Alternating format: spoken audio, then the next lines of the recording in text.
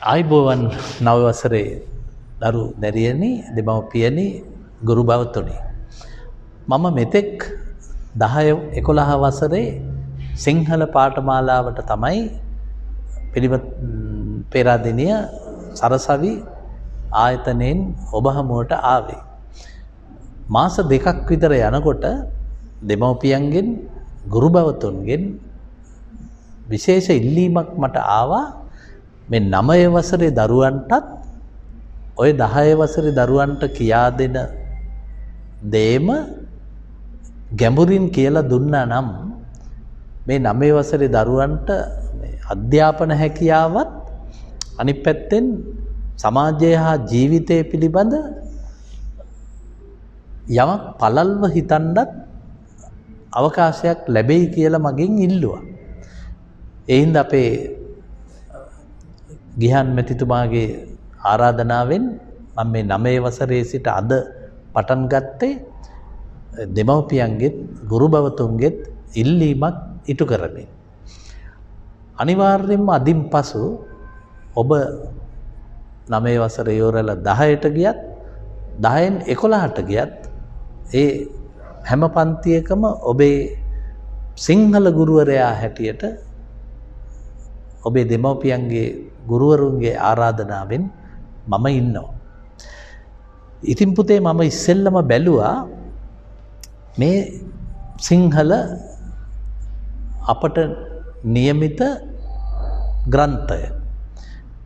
මේ පොත ආරම්භ වෙන්නෙම පුතාලා බලලා තිබ්බනම් මේ පොත මේක ආරම්භ වෙන්නෙම ශ්‍රී පාදය වැන්ද වූ හැටි කියන ජන කතාවකින්. එහෙනම් මේ ආරම්භක දවසේ මම පුතාලට ඉස්සෙල්ලම කියලා දෙන්න යන්නේ මේක හැඳින්වීමකුත් තියෙනවා ජන කතා ගැන. මේ ජන කතා කියන්නේ මොනවද? ඉතිහාසයෙන් ඔප්පු නොවුන ඒත් ඉතිහාසයටත් ඈතට ගිය සමහර විට ඉතිහාසයේ නිවැරදි කරන්න තරම් දේවල් පුතේ මේ ජන කතාවල තිබ්බා. දැන් පුතාලා අහලා තියෙනනේ රාවණා රජුරුව ගැන. දැන් රාවණා රජුරුව ගැන පුතේ වංශ කතාවල නැහැ. මහා වංශෙත් එහෙම සඳහනක් නැහැ. යක්ෂ දේව නාග ගෝත්‍ර හිටිය කියලා කිව්වට ඒත් මේ රාවණ පිළිබඳ කතන්දර පොතපතේ නැති වුණාට පුතේ ගම්මු මේ රාවණ සංකල්පය දිරවලා ඉවරයි. දැන් අපි නුවරඑළියට ගියොත් පුතේ නුවරඑළියේ පස් කළු පාටයි. ඒ පස්වල තියෙනවා කළු පාට ගුලි ගුලි. ඉතින් නුවරඑළියේ මිනිස්සු හිතන්නේ හනුමන්ත ඇවිල්ලා ගිනි තිබ්බට පස්සේ ඒ පිච්චිච්ච අලු ගුලිලු ඔය නුවරඑළියේ පස් අස්සේ තියෙන. ඊළඟට රාවණා ඇල්ල තියෙනවා වැල්ලවායේ පාරේ. ඊළඟට සීතා දේවිය භාවනා කරපු තැන තියෙනවා වැලි මඩ. ඊළඟට මහියංගනේ පුතේ චෛත්‍යයට පෙර 18 වංගුව බැහැගෙන යද්දි සීතා කොටුව කියලා එකක් තියෙනවා. දැන් මේ එකක්වත් පුතේ ඉතිහාසයෙන් තහවුරු වෙච්ච ඒවා නෙවෙයි. පුරා විද්‍යාව කියන්නේ සීතයි රාමයි හිටපු රාවණයි හිටපු කොටුව මේක කියලා. ඒත් ගම්මු කියන්නේ මේක සීතා රාවණා හිටපු කාමර දෙක. ඒ කියන්නේ පුතේ ජනකතා කියන જાතිය අපි හඳුන්වන්නේ මේ ගැමියන්ගේ හදවත පතුලෙන් එන හැඟීම් ඒගොල්ලෝ කතන්දර වලට නැගුවා. එතකොට මේ කතන්දර කවදා පටන් ගත්තද අපි දන්නේ නැහැ. එඳ පුතේ මේ ජන කතා ජන කවි ජන ශ්‍රුති ප්‍රස්තපිරුළු ආප්තෝපදේශ රූඩි ඔන්නොහම ජනවහරේ එන ඊටාම වැදගත් දේවල් ටිකක් ඕගොල්ලන්ගේ මනසට කාවද්දන්න තමයි පුතේ මේ ශ්‍රීපාදයේ වැන්ද වූ හැටි කියන කතන්දරේ දාලා තියෙනවා. දැන් මේ කතාව ඇත්තටම වෙච්ච එකක් කියලා හිතන්න එපා. හැබැයි මේ කතා ඇත්තටම උනේ නෑ කියලා කියන්නත් බෑ. මොකද මේ කතන්දර මිනිස්සුන්ගේ පරිකල්පනයෙන් හදපු කතන්දර. දැන් දුල පුතාලා පුංචි කාලේ අහලා ඇති අපේ රටේ කතන්දර. ඊළඟට ඉංග්‍රීසි භාෂාවෙන් ලංකාවට ආපු කතන්දර. ඊළඟට ඊසොප්ගේ කතා. ඊළඟට පුතේ මහා භාරතය සහ රාමායනය. ඔය හැම එකකම පුතේ ඒවා ඇත්තටම වෙච්ච ඒවා නෙමෙයි. හැබැයි මේ ජනකතා අස්සේ මොකක් හරි ඇත්තකුත් තියෙනවා. දැන් පුතේ ඔය මයංගනේ තියෙනවා සොරබොර කියලා වැවක්. පුතාලා දවසක මයංගනේ ගියොත් සොරබොර වැව බලන්න යයි. එතකොට මේ පැත්තේ මිනිස්සු කියනවා පුතේ අර 18 වංගුවේ මුදුනේ හිටියලු බුලත කියලා යෝධේ. ඔය බුලත කියන යෝධයා උදැල්ලක් අරගෙන මයංගනේට එනවලු උදේම. ඇවිල්ලා සොරබර වැව හාරනවලු උදැල්ලේ. තනි උදැල්ලේ. ඊට පස්සේ දවල් කෑම වේල අරගෙන මේ බුලතා යෝධයාගේ භාර්යාව එනවලු හැන්දක් කරකව. බුලතා යෝධයා උඩ වැවහාරද්දී මේ යෝධි බුලතගේ බිරිඳ අර හැන්ද කරකව යද්දී හැරෙනවලු පොඩි වතුර පාරක්. ඒ වතුර පාර තමයි අද මිනිස්සු කියන්නේ සොරවුව කියලා. වැවේ වතුර පිටට යන ගලෙන් හාරපු සොරවුව. දැන් ඕක පුතේ ශිලාලිපියක ලියලා නැහැ. ඕක මහා වංශෙත් නැහැ. හැබැයි ඉතිහාසයට පිටින් ගිය මේ කතාවේ බුලත යෝධයා හිටියා කියන්නේ 18 වංගුවේ මුදුනේ. එතකොට තනි උදැල්ලලු අරගෙන ආවේ. ඒ කියන්නේ මේ කතන්දර හදපු ගැමියා මේ කතන්දර ගෙතුවේ වැව පාදක කොටගෙන. මොකද ගම්මු හිතුවා වැවක් තියෙනවනේ. ඉතින් වැවක් කවුරු හරි හදන්නත් ඇතිනේ. ඊට පස්සේ ඒගොල්ලෝ හැතුවා මිනිස්සුන්ට අඟවන්න ඕන මේක අසාමාන්‍ය වැඩක්. මේක හැදුවේ යෝධේ. ඒ යෝධයාගේ බිරිඳ හැන්ද කරකව ආවේ. ඒ කියන්නේ පුතේ මේ ගැමියා හදපු කතාවේ ඇත්තක් තියෙනවා. මොකක්ද දන්නවද ඇත්ත? වැවක් තියෙනවනේ පුතේ. ඒ වැව විස්මයජනක වැවක් නේ. මොකද ඔය වගේ වැවක් හදන්න ලංකාවේ මේ දැන් තියෙන ආණ්ඩුවකට අවුරුදු 5ක් හිටියත් බෑ. ඒත් මේක හදලා තියෙන්නේ බුලත කියන තනි යෝධයා. ඉතින් ඒගොල්ලෝ කතන්දරයක් හැදුවා. සමහර විට බුලතා කියලා ඒ කාලේ ඉංජිනේරු මහත්තයෙක් වෙන්න ඇති මේ බුලතා. එයාට තිබ්බේ එක උදැල්ලයි. සාමාන්‍යයෙන් ගම්මු පුතේ වැවක් හදනකොට උදළු ගොඩක් ගේනවනේ. බුලතා ගෙනල්ලා තියෙන යාගේ එක උදැල්ල විතරයි. ඒ කියන්නේ බුලතා ගෙනාපු උදැල්ල යෝධ උදැල්ලක් වෙන්න ඕන. ඊළඟට පුතේ බුලතගේ යෝධිගේ හැන්ද ඒක යෝධ හැන්දක්. ඒක කරකව එනකොට තමයි පුතේ ඔය වැවේ අර ගල් කානුව හැදිලා තියෙන්නේ. මේ ඔක්කොම ඇත්ත. මොකද්ද ඇත්ත? වැවේ හැන්දකින් හැරුවා වගේ කානුවක් තියෙනවා. ඒක ඇත්ත. අති විශිෂ්ට වැවක් තියෙනවා. ඒකත් ඇත්ත. ඉතින් පුතේ ගම්මු ඒ විස්මයජනක වැවට ඒ විස්මයජනක ගලෙන් හාරපු දිය පාරට නමක් දැම්මා. ඒ අනුව ගම්මු මේකට කතන්දරයක් හැදුවා. වැව තියෙනවා නම් සොරවුව තියෙනවා නම් මිනිස්සු ඒක මිනිස්සුම හදපු වැව, මිනිස්සුම හදපු ගල් කානුව, ඒකට මිනිස්සු දක්වපු අසීමිත ගෞරවය තමයි පුතේ ඔය කතන්දරේ. ඒ හින්දා පුතාලා මේ ජන කතා කියලා කියන්නේ පුතේ වටිනා වස්තුවක්. ඇත්තටම පුතේ මේ ජන කතා දැන් මතක නැහැ. හේතුව පුතාලා රූපවාහිනියට ඇබ්බැහි වීමයි, දුරකථනයට ඇබ්බැහි වීමයි හින්දා පුතාලා ජන කතා කියන එක නැවැත්තුවා. දැන් අවුරුදු 20ක් අපි ආපස්සට හැරිලා බැලුවොත් ළමයිගෙන් කතන්දරයක් ගැන ඇහුවොත් ළමයි දන්නේ මොනවද? ළමයි දන්නේ ඔය රූපවාහිනී කාටුන් වල යන මොකක් හරි කාටුන් එකක්. දැන් ඒ කාටුන් වලින් අපිට දැනෙන කතන්දර කලාව නෙමෙයි පුතේ ජන කතා වලින් හම්බුනේ.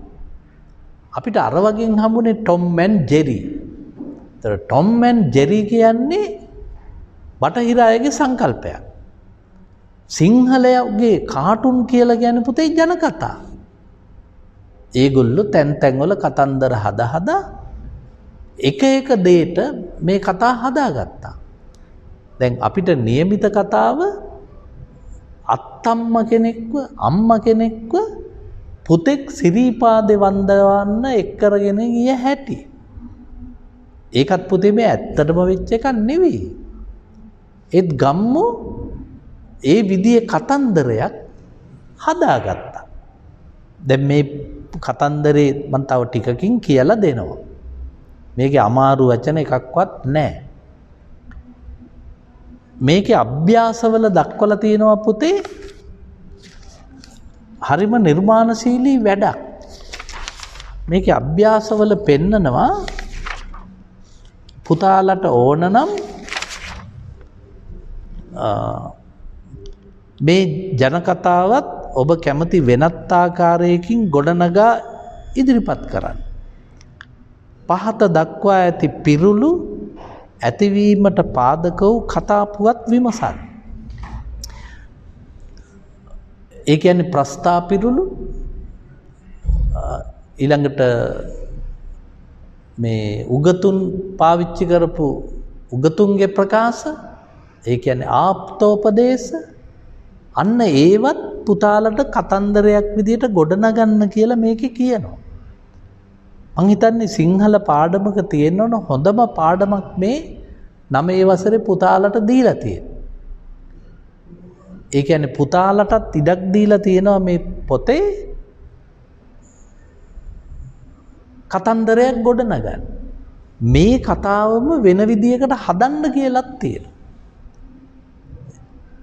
එහෙනම් මේ පාඩමෙන් අපි එළියට ඇවිත් අම්මා කෙනෙක්ව සිරිපාදේ වන්දවපු හැටි කතන්දරෙත් ඉගෙන ගනිමින් අපේ දූල පුතාලට පුළුවන් මේ කතාව ඉවර වෙච්ච ගමන් ඔබේ අම්මගෙන් හරි තාත්තගෙන් හරි අහන්න මේ පළාතේ ගම හැදුනේ කොහොමද? මේ පළාතට නම දුන්නේ කවුද? අන්න එතකොට එනවා පුතේ අම්මගේ ඥානය, අත්තම්මගේ ඥානය, සීයාගේ ඥානය. මේ ජන කතාවල වැදගත්කම තිබුණේ පුතේ දැන් පුතාලාද ටීවී එකක් ළඟ කාටුන් එකක් බලනකොට පුතාලාගේ වීරයා වෙන්නේ මේ කාටුන් සහිත ටීවී එකනේ පුතේ. ඔය ටීවී එක ළඟ තමයි පුතේ ඉස්සර සීයා වාඩි වෙලා හිටියේ. ආච්චි වාඩි වෙලා හිටියේ. ඒ ආච්චි සීයයි කලේ කතන්දර කිව්වා. එතකොට පුතාට සීයා වටිනවා ඔබේ තාත්තගේ තාත්තා හින්දාම නෙවෙයි. මට කතන්දර කියලා දෙන සීයානේ. මට කතන්දර කියලා දෙන අත්තම්මනේ. එහෙනම් පුතේ ඉස්සර අත්තම්මා කියන්නේ කතා සරිත් සාගරය. සීයා කියලා කියන්නේ කට ඇරියොත් රජෙක් ගැන මොකක් හරි දන්න කෙනෙක්. එතකොට පුතේ ගේ අස්සෙම මේ ජනකතා කියපු ජනකතා උල්පත් දෙකක් තිබ්බා. ඒක උල්පත තමයි සීයා. අනිත් උල්පත තමයි ආච්චි. එහින්ද පුතේ මේ ජනකතා සම්ප්‍රදාය ඔබ ලොකු වෙනකලුත් වටිනවා. දැන් ජනකතා අස්සේ තියෙනවා පුතේ ප්‍රස්ථපිරුළු. ඊළඟට ආප්තෝපදේශ. ඊළඟට රූඩි. මං ඒවත් දැන් එකින් එක ටික ටික කියලා දෙනවා. එතකොට පුතාලගේ ඔළුව තුලට ගන්න ඕන මගේ කතාව අහගෙන හිටියට පස්සේ ආච්චි ළඟට ගිහිල්ලා ටීවී එකෙන් මුකුත් අහන්න එපා පුතේ. ටීවී එකෙන් ඇහුවට උත්තර දෙන්නේ නැහැ. ටීවී එක කරන්නේ ඒගොල්ලෝ හදපු කාටුන් පෙන්නනවා. හැබැයි සීයා හැම නෙවෙයි. සීයා කතන්දර කියනකොට ඕගොල්ලන්ට හරස් ප්‍රශ්න අහන්න පුළුවන්. ආච්චි කතන්දර කියනකොට ඔබට පුළුවන් ආච්චිගෙන් හරස් ප්‍රශ්න අහන්න. දැන් පුතේ ඔන්න අපේ ගමේ කතාවක් තියෙනවා. එක අම්මා කෙනෙක් හිටියා. ඔය අම්මා දුවත් එක්ක කැලේට ගියා. කැලේට ගියාම දූ දර කඩන්නේ නැහැ. අම්මට කේන්ති යනවා. අම්මා කේන්තියට කියනවා ඔබ දර කැඩුවේ නෑ නේද? තෝව දෙන්නේ නරියෙකුට කියලා. එතකොට පුතේ නරියා මේක අහගෙන ඉන්නවා. නරියා අහගෙන ඉඳලා පස්සෙන්ද උදේ නරියා එනවා මේ ගෑනු ළමයාගේ ගෙදෙට්ට. ඒ ගෙදෙට්ට එනකොට ගෙදර තාත්තා ළඟට එනවා නරියා. ඇවිල්ලා කියනවා මේ ගමරාල උඹේ ගෑණි මට කිව්වා උඹේ දුව මට දෙනවා කියලා. ඊට පස්සේ ගමරාල බිරිඳගෙන් අහනවා උඹ පොරොන්දු වුණාද මේ නරියට දුව දෙනවා කියලා? අනේ මම කිව්වා තමයි තෝව දෙන්නේ නරියට. ඒක පුතේ නරියට කියන එක මේ නරියා කියලා නෙවෙයි මම කිව්වේ. නිකන් කිව්වා නරියෙකුට තමයි දෙන්නේ. පුතේ ඕකට කියන්නේ රූඩියක් කියලා. දැන් සමහර ලාට පුතේ පුතාලගේ අම්මලා ඕගොල්ලන්ටත් කියනවනේ මේක මිනිහෙක් නෙවෙයි කොල්ලෙක් නෙවෙයි යකෙක් කියලා. පුතේ ඒක යකෙක් නෙවෙයි කොල්ලෙක්නේ. ඒ යකෙක් කියලා කියන්නේ පුතේ යකාට නෙවෙයි. දැන් අපි බස් එකකට නගින්න ගියාම සමහරලාට අපි කියනවා ඇඟිල්ලක් ගහන්න බස් එකේ ඉඩක් නැහැ කියලා. ඒ ඇඟිල්ලක් ගහන්න නම් පුතේ ටයර් එකට නගලා ඇඟිල්ලක් ඕන දාන්න පුළුවන් බස් එක ඇතුළට. ඒ ඇඟිල්ලක් ගහන්න බෑ කියන්නේ බස් එක පිරීලා. ඇඟිලි නම් ඕන තරම් මේ අර ජනෙල් වලින් දාන්න පුළුවන් බස් එක ඇතුළට. ඒවට කියන්නේ රූඩි පුතේ. ඇඟිල්ලක් ගහන්න බෑ කියන එක නෙවෙයි. ඉතින් මේ අම්මත් කිව්වේ නරියෙකුට දෙනවා. නරියෙකුට කියන්නේ මේ කකුල් හතරේ වල්ගේ තියෙන මූට නෙවෙයි. තාත්තා කියනවා කරන්න දෙයක් නැහැ. නරියෙකුට දෙනවා කියලා කිව්වනම් දැන් දෙන්න ඕන. නරියා ගමරාලගේ දුවත් අරගෙන කැලේට යනවා පුතේ. ගිහිල්ලා ගල්ලෙනක ඉන්නවා දෙන්න. සතියකට පස්සේ පුතේ නරියා කියනවා බිරිඳට ඔයා අත් දෙක හොල්ල හොල්ල න්යාවේ. ඒ හින්දා දෑවැද්දට මොන හරි අරන් එන්න කියලා. දූ පණිවිඩේ යවනවා මේක දෑවැද්ද ඉල්ලනවා මගෙන් කියලා. ඊට පස්සේ තාත්තයි අම්මයි බල්ලෙක් අරගෙන ගෝණියකට දාලා ගිහිල්ලා බෑනට දෙනවා. නරි බෑනට දෙනවා පුතේ. නරි බෑන ඉතින් කතා කර කර ඉඳලා නැන්දම්ම මාමට වැඳලා ගියාට පස්සේ ලිහනවා පුතේ ගෝණිය. ගෝණිය අස්සේ ඉන්නේ පුතේ බල්ලෙක්. බල්ලට දැන් කේන්ති පුතේ කවුරු හරි තමාව ගැට ගහලා තිබ්බනේ ගෝණිය ඇතුලේ. ඌ පැන්න ගමන් නරිය වහපනවා. නරිය දුවනවා දිවිල්ලක්. බල්ලා පිටිපස්සෙන් දුවලා නරියව හපා දුවනවා. ඔන්න පුතේ කතාව. දැන් ඕක කවුරු හැදුවද අපි දන්නේ නැහැ. දැන් ওই කතාව පුතාලත් අහලා ඇති. නරි බෑන කියලා ඕකෙන් පුතේ නාට්‍යකුත් තියෙනවා. ඔය කතාවේ පුතේ හැංගිච්ච කතන්දරේ තමයි වැදගත්. දැන් මේ පොතේ තියෙන ආච්චි අම්මව සිරිපාදේ වැන්දෙව්වා කියන කතාව ලස්සන කතාවක්. ඒ වගේම තමයි පුතේ ඔය කතන්දරේ. ඒ කියන්නේ මොකද්ද දන්නවද? ඕකේ නරියෙක් ඉන්නවනේ පුතේ. ඔය නරියා කසාද බඳින්න ලෑස්ති වෙලා මනමාලියක් ගේනවනේ. මනමාලිගෙන් දෑවැද්ද ඉල්ලනවනේ පුතේ. ඒ කියන්නේ පුතේ යම් මිනිහෙක් කසාද බැඳලා බිරිඳගෙන් දෑවැද්ද ඉල්ලනවා නම් පුතේ ඒක නරියෙක්. එතකොට නරියා පුතේ දැන් ওই පුතාලා මෙතන මගේ දැන් ගෙදර ඉඳන් අහගෙන ඉන්නවා ඇති. ඔන්න පුතාලත් දැම්මම පොරොන්දු වෙන්න මම නම් නරියෙක් වෙන්නේ නෑ කාටවත්. මම කවදා හරි ගෑනු ළමෙක් කසාද බැඳලා උත්සවයකින් ගේනවා. මම සල්ලි ඉල්ලන්නේ නෑ. මට වටින්නේ ගෑනු ළමයා විතරයි. මට දෑවැද්ද ඕන නෑ. එතකොට පුතේ දෑවැද්ද මොකද්ද දන්නවද මේ කතාවේ? බල්ලෙක්. ඒ කියන්නේ පුතේ සල්ලි වලට රැවටිලා මිනිහෙක් ගෑණියෙක් ගත්තොත් දෑවැද්දට රැවටිලා ඒ ගෑණි බුරනවා පුතේ. ඒ ගෑණි බුරනවා බල්ලෙක් වගේ. එන්න මගේ පොඩි පුතාලා මතක තියාගන්න දෑවැද්ද එක්කනම් බදින්න එපා පුතේ. ඊට වඩා හොඳ හන්දියේ බැල්ලි එක්ක සද බැඳගන්නේ. මොකද බැල්ලි කරන්නේ බුරන එක. දෑවැද්දට ගෑණියෙක් ගෙනාවොත් ඒ ගෑණිත් මිනිහට බුරනවා. තෝ කටවහගන් මං අත් දෙක වනවන ආවේ නෑ. මං කුඹුරු අරන් මේ වී අරගෙන මං ආවේ. තෝ හිතේ ඇති මම මේ මොකුත් නැතිව හිඟන්නියක් වගේ ආවා කියලා. ඉතින් පුතේ අර මිනිහට එතකොට තමයි හිතෙන්නේ අපරාධ මේ ගෑණි ගෙනාවේ. මේ ගෑණිගේ කට වැඩි දෑවැද්ද හින්දා. ඔන්න බලන්නකෝ පුතේ අපේ ගම්මු හදපු කතන්දර. දැන් මේ කතන්දරේ හදලා පුතේ දැන් අවුරුදු 300කටත් වැඩි.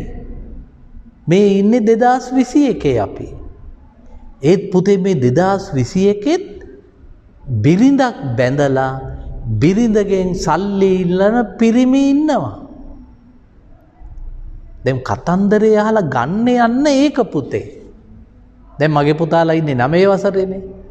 දැන් මේ කතාව අහන පිරිමි ළමයි තේරුම් ගන්න ඕන අනේ මම නම් බිරිඳක් විදියට ගන්නෙ බිරිඳක්ව. මම යාළු වෙන්නේ ගෑනු ළමෙක් එක්ක කවදා හරි. එයාගෙන් මට සල්ලි ඕන නැහැ. පිරිමි පුරුදු වෙන්න ඕන පුතේ බිරිඳට පෙම්වතියට සලකන්න. එහෙම නැතුව පිරිමි කවදාවත් බිරිඳගේ ආදායමෙන් කකා ඉන්න හොඳ නැහැ. දැන් බලන්න පුතේ ඔය අදහස් ටික ඔක්කොම තිබ්බේ නරි බෑනා කතන්දරේ. කවුද නරි බෑනා කතන්දරේ හැදුවේ? ඒක හැදුවේ පුතේ ගමේ මිනිස්සු. මේ අම්මා කෙනෙක් සිරිපාදේ වැඳ වූ හැටි කියන කතාවෙන් මගේ පුතාලට උගන්වන්නේ ඔන්න ඔය ජන මනසේ තිබුණු කතන්දර කලාව. අපි හිතමුකෝ මේ කතාව මං කිව්වට පස්සේ දැන් මං දැනටම ජන කතාවක් කියලා දුන්නනේ නරි බෑනා ගැන. ඒකේ නරියා පුතේ කකුල් 4 එකා නෙවෙයිනේ. ඒකේ බල්ලා පුතේ කකුල් 4 බල්ලත් නෙවෙයිනේ.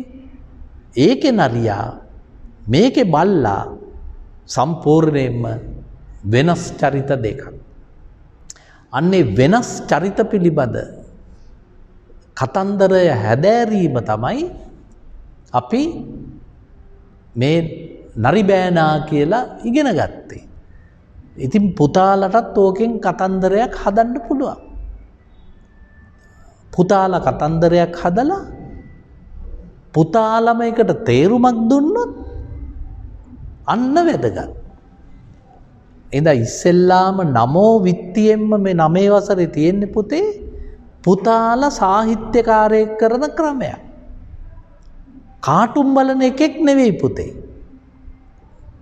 මොකද මම ඒකත් මගේ පුතාලට කියලා දෙන්න ඕන. මොකද කාටුන් වලත් පොඩි කතන්දරයක් තියෙනවා පුතේ. හැබැයි කාටුන් හැදුවේ පොඩි පුතේ ඇමරිකාවෙන්. ඒක හැදුවේ වෙන මොකකටවත් නෙවෙයි. ඇමරිකාවේ යුද්ධ හමුදාවට පිරිමි ළමයි බැඳෙන්නේ නැතිව අතහැරියා. ඒ අතහැරියට පස්සේ හොයලා බැලුවා මොකද පිරිමි ළමයි ආමි එකට එන්නේ නැත්තේ. එතකොට පෙනුණා ඒගොල්ලන්ට වෙඩි තියාගන්න ගහගන්න ආසාවක් නැහැ. ඒින්ද ඇමරිකාව කාටුන් හැදුවා. හදලා ඇමරිකන් කොල්ලන්ට පුරුදු කළා පුතේ වෙඩි තියපන් ගහපන් මරපන්. හොඳට බලන්න පුතේ කාටුන් බලන ළමයේ ටික ටික තද හිතක් තියෙන එක්කෙනෙක් බවට පත් වෙනවා. එයා අස්සේ ක්‍රූර පුද්ගලයෙක් මතුවෙනවා.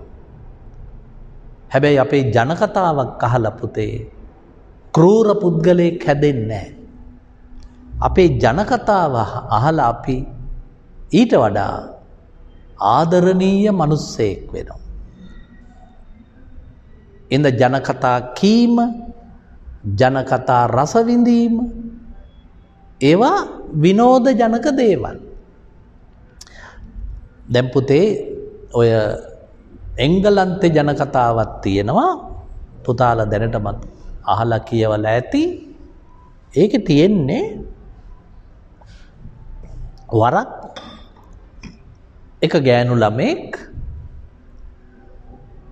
ගෙදර පාටියක් තියෙන වෙලාවේ එයා බෝලයක් සෙල්ලම් කර කර යනකොට බෝලේ වැටෙනවා පුතේ ලිඳට. දැන් බෝලේ හොයාගන්න බෑ. ඊට පස්සේ ඔතෙන්ට එනවා ගෙම්බෙක්. ඒ ගෙම්බා කියනවා මේ ගෑනු ළමයාට මේ මගේ බෝලයක් මේ ලිඳට වැටුණා. ඒක මට හොයලා දෙන්න පුළුවන්ද කියලා ගෑනු ළමයා ගෙම්බගෙන් අහනවා. ගෙම්බා කියනවා මං හොයලා දෙන්නම්. හැබැයි එක පොරොන්දුවක් පිට. ඔයා මාව කසාද බඳින්න ඕන. එතකොට ගෑනු ළමයා හිතනවා මේවා කරන්න පුළුවන් වැඩද? මම ලස්සන ගෑනු ළමෙක් මේක කැත ගෙම්බෙක්. මෙයා බොරුවට කියනවා හා මම බදින්නම් කියනවා. මම බදින්නම් කියලා පොරොන්දු වෙන තරුණිය ගෙම්බලවා තමාගේ නැති වෙච්ච වස්තුව හොයාගන්න. ඊට පස්සේ ගෑනු ළමයා ඒකත් අරගෙන ගෙදර යනවා. ගෙම්බත් එනවා පිටිපස්සේ. ගෑනු ළමයා බනිනවා. ඔබ මොකටද මේ මගේ පිටිපස්සෙන් එන්නේ? ඇයි පොරොන්දුව කියා එනවා. ඊට පස්සේ තාත්තව හම්බ වෙනවා ගෙම්බා. ඒ වෙලාවේ ගෙදර තිබ්බේ ලොකු පාටියක් නේ පුතේ. මෙයා ඒ පාටිය මැද්දට කඩා පැනලා කියනවා ගෙම්බා මේ රජතුමනි උඹේ දුව මට පොරොන්දුවක් වුණා. ඒ තමයි මාව බඳිනවා කියලා මගෙන් උදව්වක් ගත්තා. දුවගෙන් අහනවා එහෙම එකක් ඔබ පොරොන්දු වුණාද? ඔව්. එහෙනම් දුවේ දැම්මම බැඳපන්. පොරොන්දු කඩ කරන්න හොඳ නැහැ. තාත්තා ගෙම්බා වන්දලා දෙනවා පුතේ දුවට. ඊට පස්සේ පාටිය ඉවර වෙනවා. දූ නිදන කාමරයට යනවා පුතේ. නිදන කාමරයට ගියාම ගෙම්බත් රිංගනවා නිදන කාමරයට. එතකොට දූ කියනවා ගෙම්බට මේ නිදන කාමරයට ආවට කමන්නේ උඩට එන්න බෑ. ආවනම් ඔතනම ඉන්න එකයි. දැන් මෙයා බිමට වෙලා ගෙම්බයි ඉන්නවා. රෑ පුතේ සර්පයෙක් එනවා. සර්පය ඇවිල්ලා කුමාරිට දෂ්ට කරන්න හදනකොටම ගෙම්බ කෑ ගහනවා. කුමාරි ගැස්සිලා බලනවා මේ ගෙම්බෙක්කින්ද මට නිදාගන්නත් බෑ කියලා බලන්නේ. එතකොටයි දැක්කේ කකුල ළඟ ණයේ. කුමාරි මාලිගාව දෙක වෙන්න කෑ ගහනවා. ඊට පස්සේ පුතේ කට්ටිය ඇවිල්ලා ණය එලවලා කුමාරි බේරගන්න. බේරගෙන කියනවා තාත්තේ මේ ගෙම්බ තමයි කෑ ගහලා මාව නැගිට්ටෙව්වේ. එතකොටම අර කුමාරිට පුතේ ගෙම්බ ගැන පොඩි ආදරයක් ඇති වෙනවා. කුමාරි පහත් වෙලා ගෙම්බව ඉඹිනවා. ගෙම්බගේ මේ උඩ කොටස ඉඹිනවා. එතකොටම පුතේ ගෙම්බ පිරිමි ළමෙක් වෙනවා ඕන්. ලස්සන කොල්ලෙක් දැන්. ඒ කොල්ලා කියනවා මම එක්තරා එකෙක් මට සාප කළා තෝ ගෙම්බෙක් වෙයන්. ඉතින් මං ගෙම්බ වගේ හිටියා. සාප කරපු එකා මට කිව්වා කවුරු හරි ගෑනු ළමෙක් ආදරයෙන් ඔළුව ඉම්බොත් උඹ මිනිස්සෙක් වෙනවා. එතකල් උඹ ගෙම්බෙක්. දැන් ඔන්න පුතේ පිට රට කතාව. දැන් ලංකාවේ කතාවේ පුතේ ගමරාලගේ බිරිඳ කිව්වනේ තෝව දෙන්නේ නරියටයි කියලා. පස්සෙන්ද ඇවිල්ලා ගමරාලගෙන් ඉල්ලුවනේ මට උඹේ දුව දෙන්න කියලා. ඒ පොරොන්දුව ඉෂ්ට කළා. මේකෙත් ඒකනේ පුතේ තියෙන්නේ. ගෙම්බට කිව්වා මං උඹව බඳිනවා. ඊට පස්සේ කුමාරිගේ තාත්තා කිව්වා උඹ පොරොන්දු වුණා නම් බැඳපන්. උඹේ අම්මා පොරොන්දු වෙලා තියෙනවා උඹ දෙන්නේ නරියෙකුට. කතා දෙකේම මේ පොරොන්දුව කියන එක තියෙනවා පුතේ. ඒ කියන්නේ පුතේ පුංචි කාලෙම මේ ලස්සන කතන්දර දෙකේ තියෙන්නේ මොකද්ද දන්නවද? යමෙකුට යමක් පොරොන්දු වුණොත් ඒක අතරමඟ කඩන්න එපා. අතරමඟ පොරොන්දු කඩන්න එපා. ඒ කියන්නේ පුතේ ණයට සල්ලියක් ගන්නකෝ කාගෙන් හරි. සල්ලිය අරගෙන ණයට කවදාවත් ඒක නොදී ඉන්න එපා. ඒ මුදල ආපහු දෙන්න ඕන. ඕන දෙයකට ඔබ කවදා හරි කාට හරි බදින්න පොරොන්දු වුණොත් ඒ පොරොන්දු ඉෂ්ට කරන්න. එහෙනම් මේ පොරොන්දු කඩ කරන්න එපා කියන ලස්සන කතන්දර දෙකක්. ඔන්න මන් දැන් දූල පුතාලට කියලා දුන්නා මේ ජනකතා කියන්නේ පුතේ ලස්සන කතන්දර જાතියක්. දැන් ඔන්න මන් ටිකක් හැරෙනවා අපිට පොතේ ලියලා තියෙන කතන්දරයට. මේ කතන්දරයට පදනම් වෙන්නේ පුතේ බිබිල පළාත.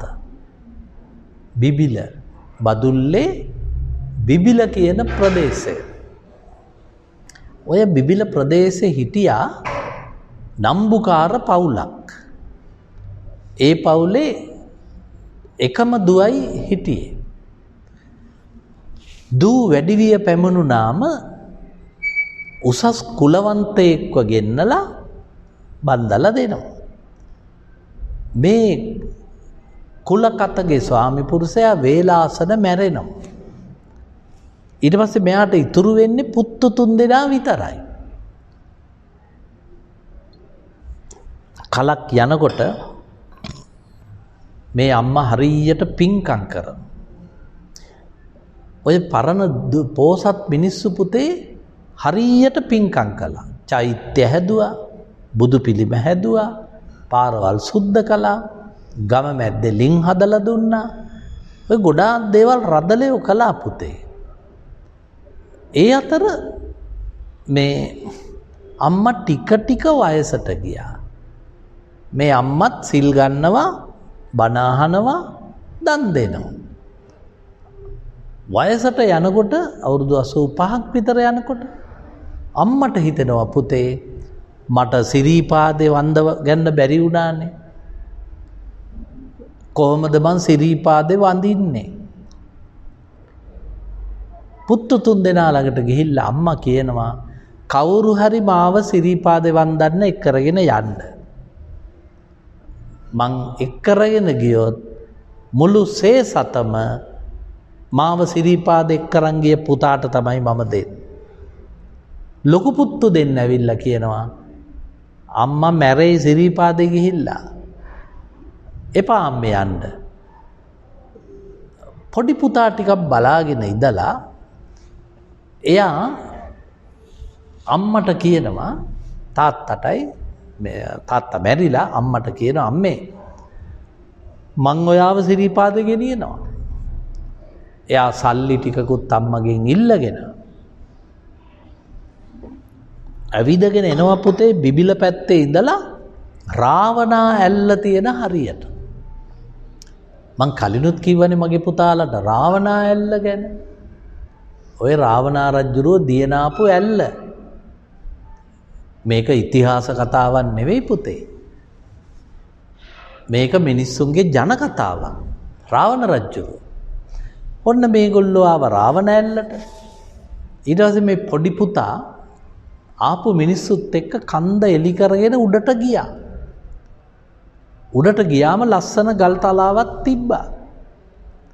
ඊට පස්සේ ගල් වඩුවෙකුට කිව්වා මෙතන සිරිපතුලක් කොටන්න. ඔන්න ඒ මිනිහා එතන සිරිපතුලක් කෙටුවා. සිරිපතුල කොට කොටා ඉන්නකොට රෑ වුණා. ඒගොල්ලෝ ළඟපාත තැන් තැන් වල නිදාගත්තා. පස්සේ පුතා ගෙදර ආවා. අම්මේ සිරිපාදේ හොයාගත්තා.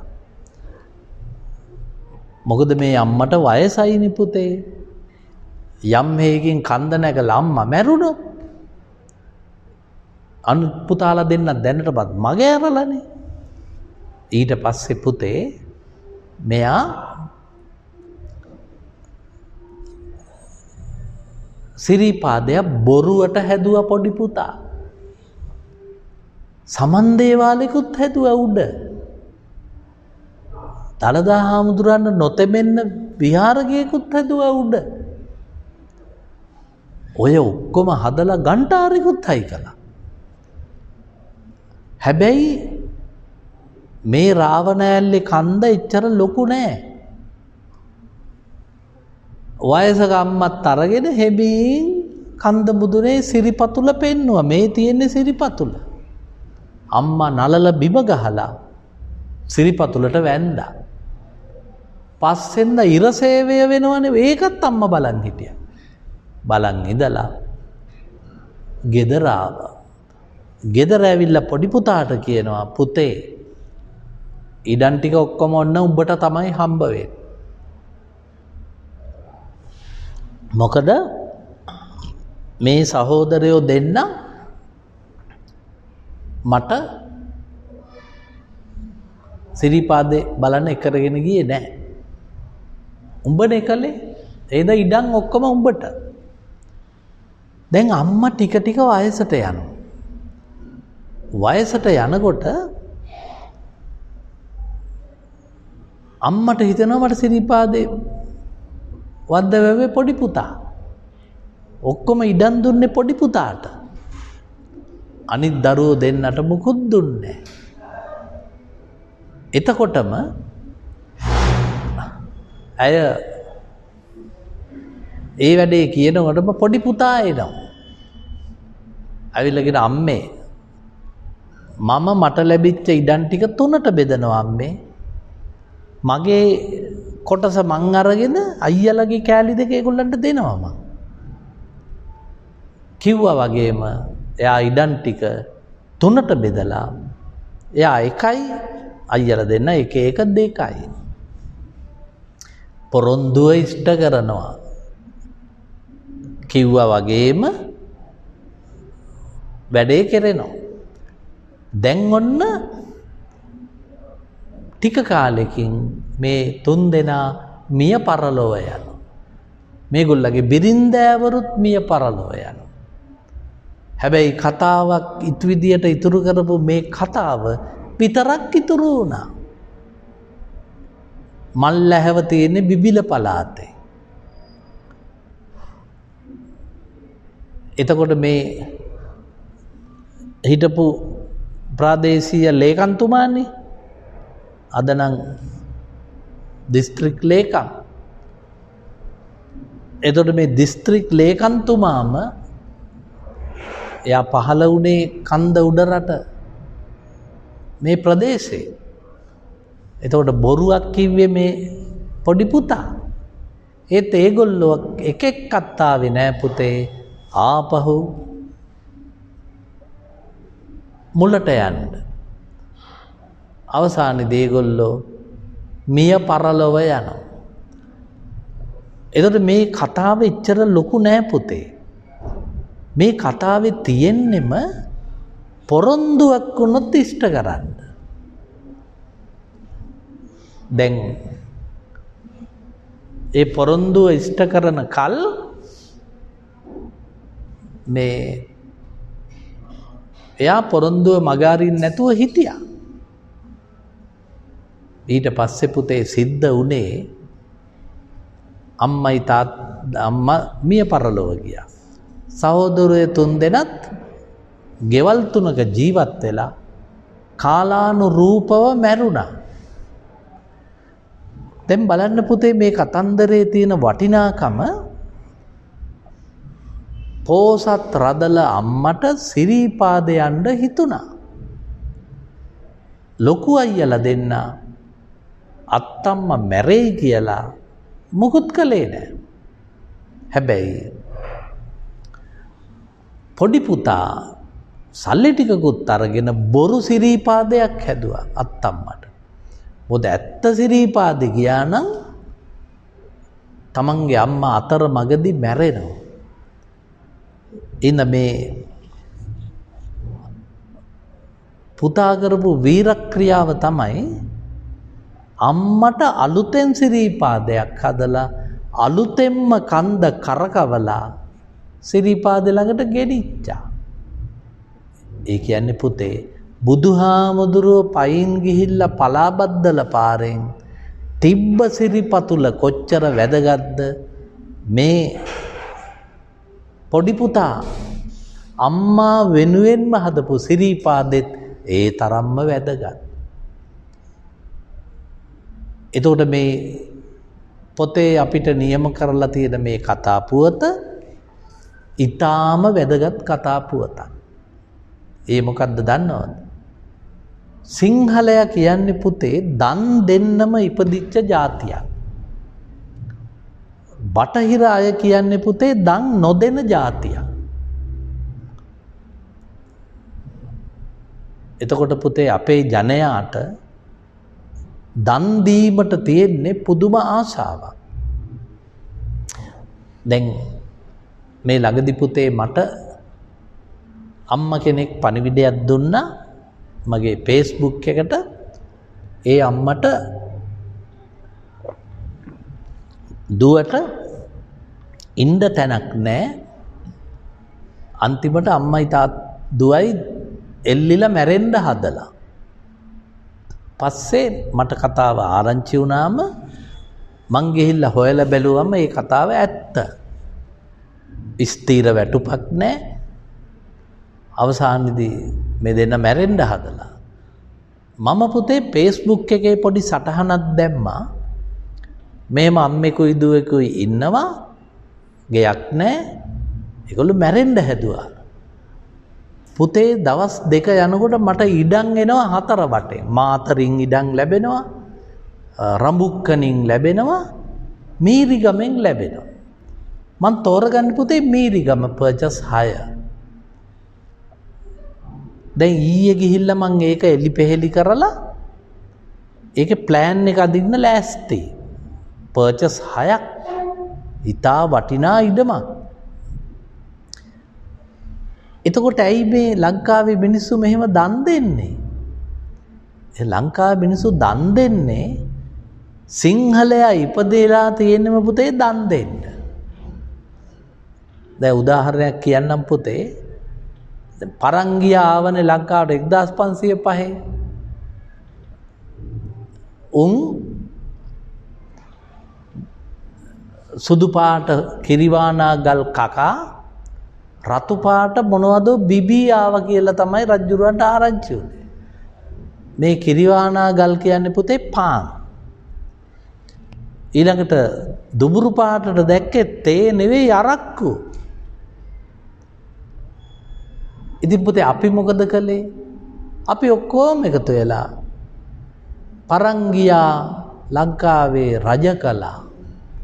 ඌ ආවේ පුතේ අහම්බේ. ඌ ලංකාවට ඇවිල්ලා ඌ ලංකාවේ ගාල්ල පැත්ත අයිති කරගත්තා.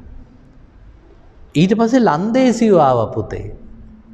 ලන්දේසියොත් අපෙන් කෑල්ලක් කඩා ගන්නයි හැදුවේ. අන්තිමට පුතේ සුද්ද ආවා. දැන් ওই සුද්ද ඇවිල්ලා ගිහිල්ලා දැන් අවුරුදු 73යි. එතකල් සුද්ද පුතේ හිටියා. සුද්දට ඕන වුණා පුතේ උඩරට රාජ්‍යය. පුතාලා දන්නවද ලංකාවේ මිනිස්සු කරපු වැඩේ? දුන්නා.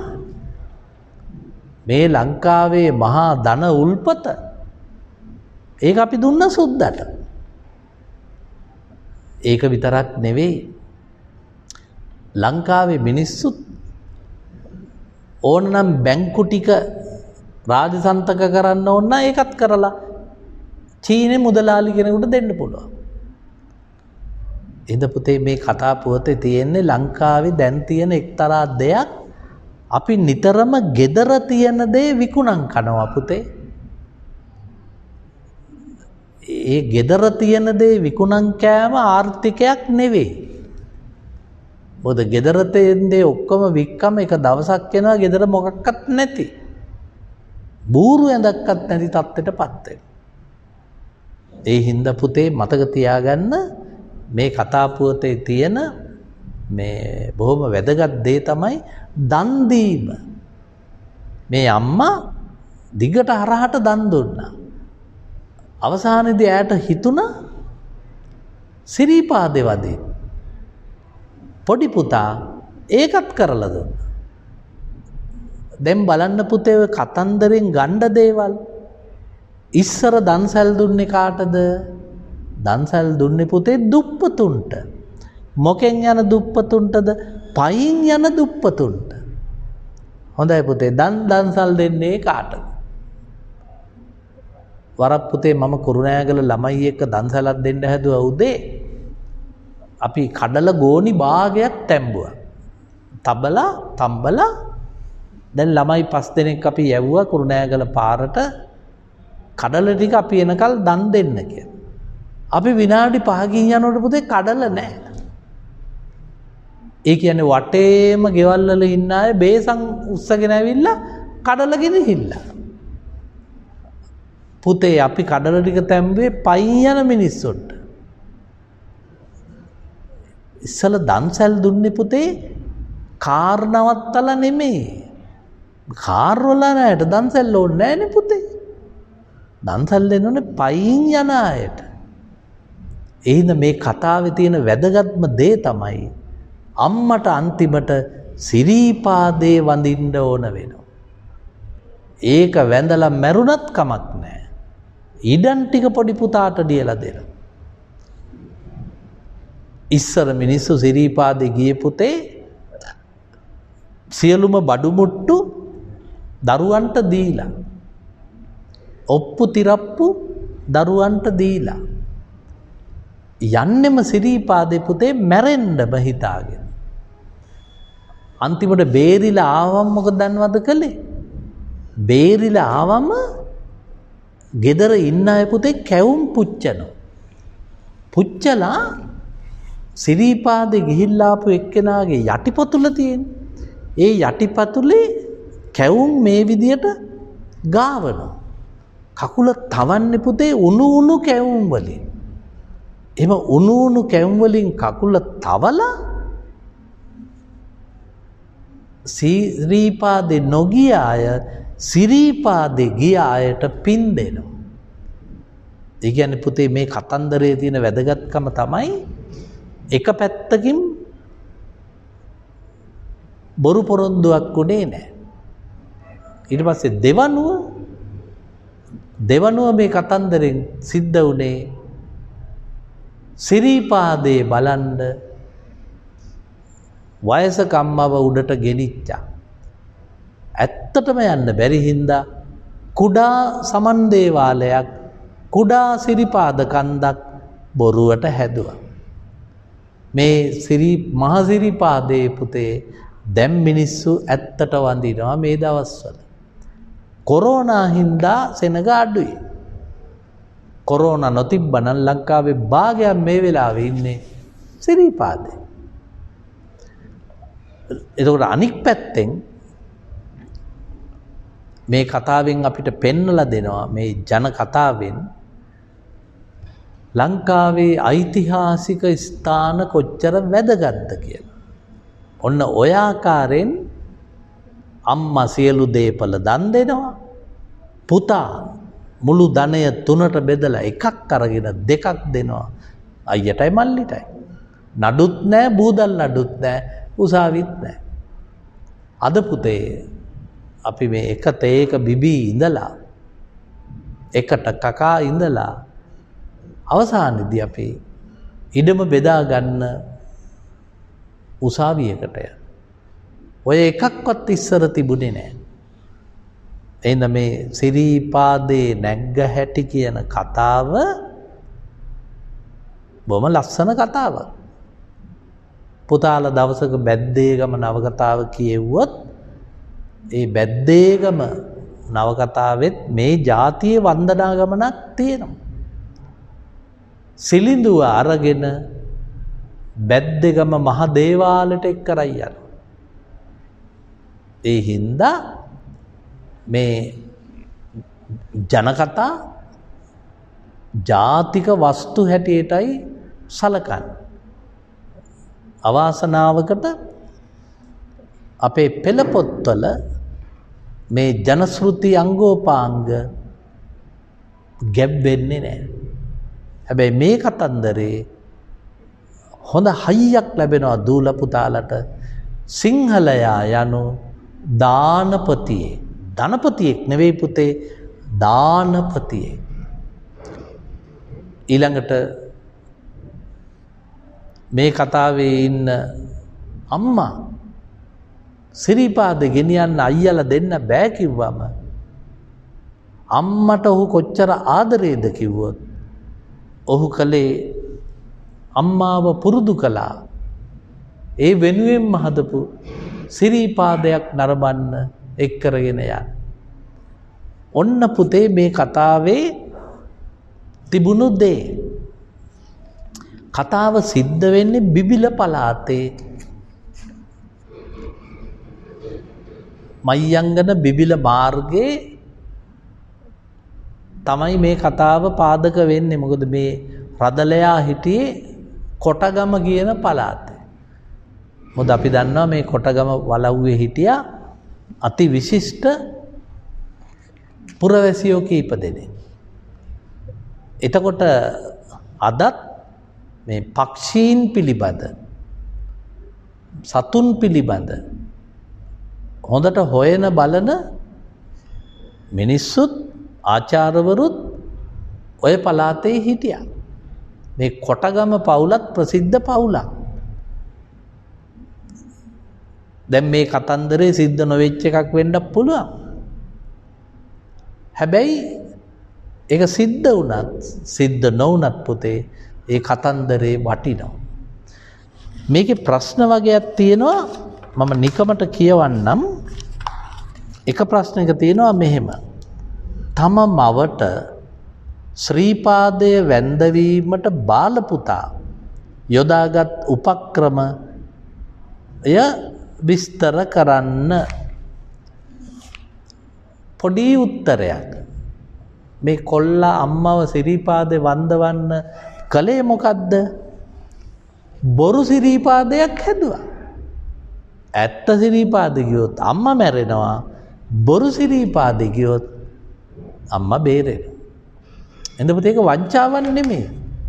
නැත්නම් පුතාලා හිතන්න පුළුවන් ඒ වංචාවක් නෙමෙයි අම්මට කලේ අම්මව රැවට්ටුවනේ. නෑ අම්මව රැවට්ටුවේ නෑ. දැන් පුතේ ජන කතාවේ තියෙනවා දුටුගැමුණු රජුරෝ මරණාසන්න වෙලා දුටුගැමුණු රජුට හිතෙනවා ඔහුට මේ චෛත්‍ය හදාගන්න බෑ පුතේ. අර වෘත්තාකාර කොටස හදලා ඉවරයි. උඩ කොටස හදන්න දුටුගැමුණුට බෑ. එයා මරණාසන්නයි. එයා මල්ලිට කතා කරලා කියන මල්ලියේ මට චෛත්‍ය උඩ කෑල්ල හදන්න බෑ. ඔබ හදපන්. වහාම මොකක්ද දන්නවද පුතේ සද්ධාතිස්ස මල්ලි කලේ හොයාගත්ත ගෝනි ටිකක් අරගෙන ඒ ගෝනි ලස්සනට උණබට හරස් කරලා සුදු පාටින් ව්‍යාජ කොතක් හැදුවා. උණබට වලින් හැදුවේ. ඊට පස්සේ පුතේ ඒ උණබට කොළ වලින් ඇලෙව්වා සුදු පාට. පස්සේ රජුරුව මැරුණා. දැන් මේ දේවතාවෝ එකතු වෙලා බොරුවක් කළානේ. මෙයා අර ඕන වෙනකොට ඒ දේ දුටුගැමුණු රජුරුව මිය යන්න හිටියා. සද්ධාතිස්ස උණබට පැලලි වලින් සුදු ගලවලා ව්‍යාජ කොත් වහන්සේ කෙනෙකුයි හතරැස් කොටුවකුයි හැදුවා සුදු පාටින්. දුටුගැමුණු රජුරුව ඒක බලා මැරුණා. ඉතින් පුතේ දුටුගැමුණු රජුරුවන්ගේ රැවට්ටුවාද? නෑ. දුටුගැමුණු රජුරුවට හිතුනේ මල්ලි වහාම හැදුවා. මල්ලි හදලා නෑ. පුතේ ඒක තමයි ලංකාවේ තියෙන පළවෙනි වෙසක් කූඩුව. ඊට පස්සේ තමයි පුතේ ලංකාවේ මිනිස්සු වෙසක් කූඩු හැදුවේ සුදු පාටින්. ඒකට බල්බ් දාන්නේ නෑ පුතේ. ඒකට දාන්නේ ඉටිපන්දක්. හැම වෙසක් කූඩුවක්ම පුතේ ගිනිගෙන නැති වෙන්න ඕන. අපි එළි වෙනකොට කූඩුව බිම තියෙන්න ඕන. එතකොට තමයි අපිට දැනෙන්නේ සංසාරේ අනිත්‍යයි. අපි පාප්ප ගෑවා, කොළ ඇලෙව්වා, ඒත් මෙන්න ගිනි අරන් බිමට වැටෙනවා. ඔය පළවෙනි වෙසක් කූඩුව එතකොට හැදුවේ රුවන්වැලි මහා සෑයේ මුදුනේ. ඉතින් සද්ධාතිස්ස මල්ලිව රැවට්ටුවා නේද? එහෙනම් මේ රැවට්ටුවා නෙවෙයි පුතේ. එහෙනම් මතකේ තියාගන්න මේ කතා පුවතේ අර අම්මව රැවට්ටුවේ නෑ. රැවට්ටුවේ ආදරේට. දැන් අම්මලා පොඩි කාලේ අපිව කොච්චර රවට්ටන්නේ නැද්ද? ඒ අම්මලා දන්නවා සමහර කියනවා ඔන්න තව ටිකකින් අම්මා එනවා කියලා ආච්චි බත් කවනවා මුණුබුරාට. ඒ පොඩි එකාට නිින්ද යනවා. හැබැයි පොඩි එකාට ඇහැරුණාට මතක නැහැ මන් රැවටුණා කියලා. ඒක ඇත්තෙන්ම පුතේ හැම අම්මලම දවස පුරා බබාලව කොච්චර රවට්ටනවද බලන්න. රවට්ටන. දැන් අපි ලොකු වෙලා අම්මට ගහනවද තෝමාව පොඩි කාලේ රැවට්ටුවා කියලා. එහෙම ගන්නෑ. අම්මා අපේ හොඳටනේ රැවට්ටුවේ. ඒ හින්දා යොදාගත් උපක්‍රමේ තමයි පුතේ බොරු සිරීපාදයක් හැදුවා. බොරු සිරීපාදේ හැදුවේ අම්මගේ ආසාව ඉෂ්ට කරන්න. ඉතින් මේක අගය කරන්න මනසින් පුතේ. උත්තර ලියන්න නෙවෙයි. ඒ කියන්නේ තමන්ගේ අම්මා වෙනුවෙන් සිරීපාදයක් හැදෙව්වා. සමන් දේවාලයක් බොරුවට හැදෙව්වා රාවණායල්ල ළඟ. අම්මා දානෙ ගෙනිච්චා. අම්මා රස්තියාදු ගස්සලා කන්දට නැග්ගුවා.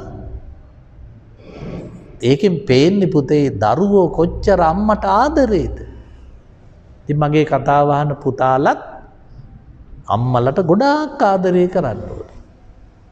මොකද ඔය අම්මලා ටික නැත්තම් පුතේ දරුවෝ කියන જાතිය නැහැ. දැන් බොරු නම් පුතාලා අම්මගෙන් අහන්නකෝ මේ පන්තියට මාව තල්ලු කරගෙන ආවේ කවුද? පස්සේ පුතාලට තේරෙයි තාත්තටත් වඩා මේ පන්තියේ අපේ පෙරදිනේ සරසවි ආයතනයේට ඔබ තල්ලු කරගෙන ආවේ තාත්තා නෙවෙයි අම්මා. ඒ හින්දා අම්මා රවට්ටන්න බොරු සිරීපාදයක් හැදුවට ඒක අපි අගය කරනවා. නැත්තම් පුතේ ඇත්ත සිරීපාදේ නැග්ගුවා නම් අම්මා මගදී මැරෙනවනේ. පුතා දුෂ්ටයෙක් නම් කරන්න තිබුණේ අම්මා කන්ද නග්ගලා මැරෙන්න සලස්සලා විපතකට පාත්‍ර කරන්න. ආයි තියෙනවා මේ සිටු පුත්‍රයා ගුණ යහපත් කමින් පරිපූර්ණ අයෙකු බව ප්‍රකට වන්නේ කවර කරුණු නිසාද? පුතේ මේ සිටු පුත්‍රයා කරුණු දෙකකින් වැදගත්. එක තමයි පුතේ අම්මට සිරීපාදය පෙන්වීම. ගලක සිරීපාදය කෙටවීම. ඊළඟට පුතේ දෙක තමයි එයා අම්මා මුළු ඉඩම් ටිකම ලිව්වට පස්සේ ඒ ඉඩම් තුනට බෙදලා අයියාගේ කොටසයි අනිත් අයියාගේ කොටසයි ඉතිරි කොටස මගේ.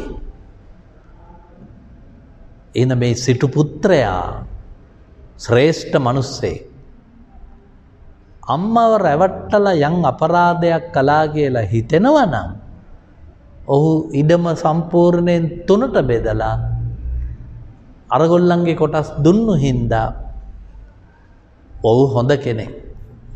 ඊළඟට තියෙනවා පුතේ ජනකතා පිළිබඳ ඔබේ අදහස වාක්‍ය තුනකින් ලියන්න. ජනකතා පිළිබඳ ඔබේ අදහස වාක්‍ය තුනකින් කියන්න. බලන්න කෙටි උත්තරයක් බලාපොරොත්තු වෙන්න. ජනකවි සම්බන්ධ ඔබේ අදහස් ඔබ මේ ජනකතා පිළිබඳ ඔබේ අදහස වාක්‍ය තුනකින් ලියන්න. දැන් මේ ජනකතාව ගැන අපිට මොකක් හරි වටිනා තුනක් කියන්න පුළුවන්. අපිට පුළුවන් එකක් පුතෙකුගේ බුද්ධිය එක. ඔක වාක්‍යයක් හදනවා නම් අපි ලියන්නේ බාල පුතා ඉතිරි ඉඩම් බාල සහෝදර හාමුදුරුවන්ට පැවරුවේය. පොද තමාට ලැබිච්ච දේපල හාමුදුරුව අයිති කරගත්තේ නැහැ. හාමුදුරුව කලේ ඒ අයිතිය ආපහු අනිත් දෙන්නට බෙදලා දුන්නා. එද මේ කතාවේ තියෙන සිද්ගත් එක ලක්ෂණයක් තමයි ජන කතා ගැන සිද්ගත් දේවල්. දැන් මං කියලා දුන්නු මේ කතන්දරේ නැති ඒවා ඔකට ලියන්න පුළුවන් පුතේ. දැන් මේ බලන්නකෝ ප්‍රශ්න තියෙන හැටි. ජන කතා පිළිබඳ ඔබේ අදහස වාක්‍ය තුනකින් ලියන්න. කෙටි ප්‍රශ්න. ඒතකොට එක වාක්‍යයකින් අපිට ලියන්න පුළුවන් මේ ජන කතා සත්තු කතා කරනවා, හාව කතා කරනවා, ඉබ්බ කතා කරනවා, මාළුව කතා කරනවා. ඔන්න ජන කතාවේ විශේෂ ලක්ෂණයක්.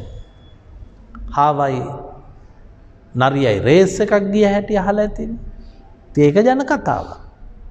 ඉතින් මේ පොතේ ජන කතා පිළිබඳ ඔන්න ඔහොම විශේෂ අවධානයක් තියෙනවා. එන මේ ජන කතා යනු මිනිස්සු හදපු ලස්සන කතන්දර. දැන් මම ගොඩක් විස්තර කළා මේ කතාව ගැන. මේ කතාවේ බොරුවට සිරීපාදයක් අදලා අම්මා නග්ගපු අයියෙක් ගැන කියවුණා. ඊළඟට අයියා දන් දුන්නු ඉඩම ආපහු පවර ගන්න අයියලා දෙන්න දැඟලුවා. ඒත් අවසානයේදී පුංචි කුමාරයා දිනුවා. ඒ අනුව බලනකොට මේ කතාවේ මේක ඇත්තක් හැටියට පුතාලා බාර ගන්න එපා. මොකද මේ කතන්දර අස්සේ තියෙන්නේ හැංගිච්ච දෙයක් තියෙනවා හැබැයි පුතේ ඒවා හොයන්න අමාරුයි. ඒ හොයන්න අමාරුයි කියන එක තමයි පුතේ රසය කියලා කියන්නේ. ඇහෙනකොටම දැනෙනවා නම් පුතේ ඒක රසවත් නෑ. දැන් ඔය පුතාලා අහලා ඇති දැන් ඔය හුඟක් වර්තමාන අයියලා කියන සින්දු තියෙනවනේ පුතේ. ඒ හැම සින්දුවක්ම අරන් බලන්නකෝ. ඒ සින්දු පුතේ ගෑනුන්ට වඳින ගාථා වගේ. ඒවා මේ සින්දු කියලා කියන්න බෑ. හැම එකකම ඒ අයියලා අඬනවා පුතේ. කොහේ හරි ගෑණියෙක් වෙනුවෙන් මේ බිම දනා ගහගෙන අඬනවා. ඒවා සින්දු නෙමෙයි. ඒවා අදහස් අමු අමුවේ දොට්ට දැමී. එද මේ ජන කතා කියලා කියන්නේ පුතේ එක තමයි ජන කතා කියන්නේ මිනිස්සු සත්තුන් කතා කරවලා සත්තුන්ට ආදරය කරන්න අපිට පුරුදු කරන. ඒකනේ මගේ පුතේ ලංකාවේ වැඩිම කුකුල් කොරටු ටික තියෙන්නේ බෞද්ධයාට නෙවෙයි. වැඩිම මාළු කොටු ටික තියෙන්නේ බෞද්ධයන්ට නෙමෙයි. මොකද දෙගොල්ලොම වෙන ආගම්වල අය සත්තු මරන්න උදව් කරද්දී සිංහල බෞද්ධය බෑ කිව්වා කුකුලා මරන්න. එද ලංකාවේ කුකුල්ලු මරණ ගම්මු නෑ. දැන් උදාහරණයක් ඇටියට ගත්තොත් පුතේ වර්තමානයේ නගර ආසන්නයේ රැට ඌරෝ සැරිසරන. දැන් ඔය මං ඉන්න ගෙදර පේරාදෙනියේ රැට ඌරු විමානයක්. හැබැයි උන් ඇවිල්ලා තියෙන ගස් ටික කාලා යනවා. කේල් ගහක්වත් තියෙන්න දෙන්නේ නැහැ. හැබැයි ගම්මු එකතු වෙලා ඌර මරන්නේ නැහැ. දැන් ඌරෙක් මරාගත්තොත් පුතේ අද කාලේ ඇටියට රුපියල් 65000ක් 75000ක් හොයන්න පුළුවන්.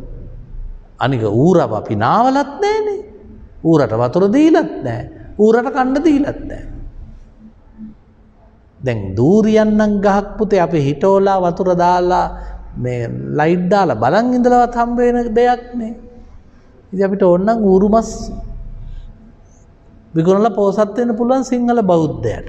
සිංහල බෞද්ධයා ඌරෝ මරන්නේ නැහැ. සිංහල බෞද්ධයා පුතේ හරක් මරන්නෙත් නැහැ. එහෙනම් පුතේ ඒ හැඟීම් අපිට ආවේ ජන කතාවලින්. එහෙනම් මේවයි උත්තර පුතේ හරි ලේසි. උත්තරේ කියලා කියන්නේ මේ ගැන අපිට හිතෙන දේ. ඔන්න අද මම පුතාලට කියලා දුන්නා සිරීපාදේ වන්දවන්න අම්මව රවට්ටලා ව්‍යාජ සිරිපතුලක් හදලා අම්මා මැරෙන්න නොදී අම්මට සිරීපාදේ පෙන්නපු කතාව. මං ඊළඟ දවසේ තමයි පුතේ කියන්නේ මේ කතන්දර අස්සේ තියෙනවා විවිධ ආප්තෝපදේශ ප්‍රස්තපිරුළු උපමා රූපක. ඒව මං අද කියන්නේ පුතාලට මං සතියක් දෙනවා මේ කතාව ගැන කල්පනා කරන්න. ඊට පස්සේ මං කියලා දෙනවා මොනවද උපමා මොනවද ප්‍රස්තපිරුළු මොනවද රූඩි කියලා කියන්නේ.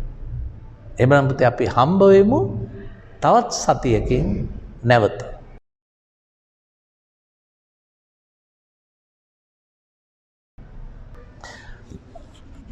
9 වසරේ පළවෙනි පාඩමේ තිබුණේ පුතේ ජන කතා ගැන. දැන් ওই ජන කතා කියන එක පුතේ විශ්වවිද්‍යාලේ ළමයින්ට නම් අපි උගන්වන්නේ ජන ශ්‍රුති කියලා. ඒ වචනේ බරපතල වැඩි හින්දා පුතාලට මං කියන්නේ ජන කතා. එතකොට මුලින්ම තිබුණේ මේ සිරීපාදේ වන්දවන්න අම්මෙක් පොඩි පුතෙක් කන්දක් වටේ කරකවල ගෙනිච්ච ලස්සන කතන්දරයක්.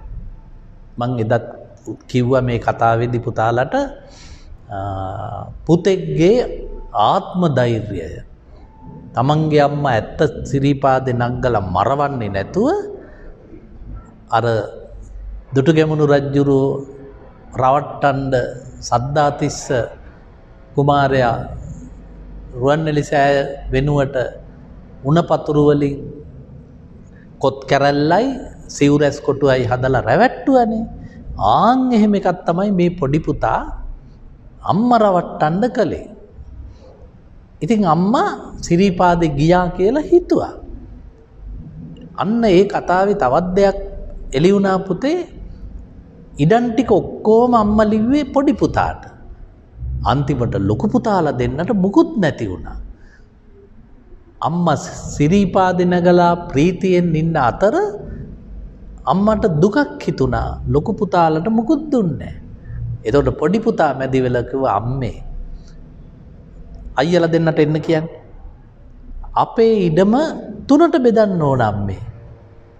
මම අම්මට කරපු පින්කම වෙනයි. ඉඩම් කෑලි දෙක අයියලට අයිති. ඒ අනුව මේ පුතත් තරමක් පුතේ බෝධිසත්ව ගුණය තියෙන පුතෙක් තමයි පුංචි පොඩි පුතා. ඉතින් ඔය කතාව උගන්වද්දී දැන් මම මේකට පොතක් නිර්මාණය කරන්නම්. නිර්මාණය කරලා ඔය පළවෙනි කතාවේ රසවත් දේවල් පිළිබඳව අර්ථවත් දේවල් පිළිබඳ පුංචි සටහනකුත් මම පුතාලට දෙනවා. ඒ අතරම අපිට තේනවා පුතේ ඒක ඉවර වෙනකොටම මේ යම් අදහසක් රසවත්ව කියන්න පාවිච්චි කරන වර්ග කීපයක් තියෙනවා. එකක් තමයි පුතේ ප්‍රස්තාව පිරුළු. අනික තමයි ආප්තෝපදේශ. අනික තමයි රූඩි. මන් තුනම ඉස්සෙල්ලා විස්තර කරලා ඉන්නම්.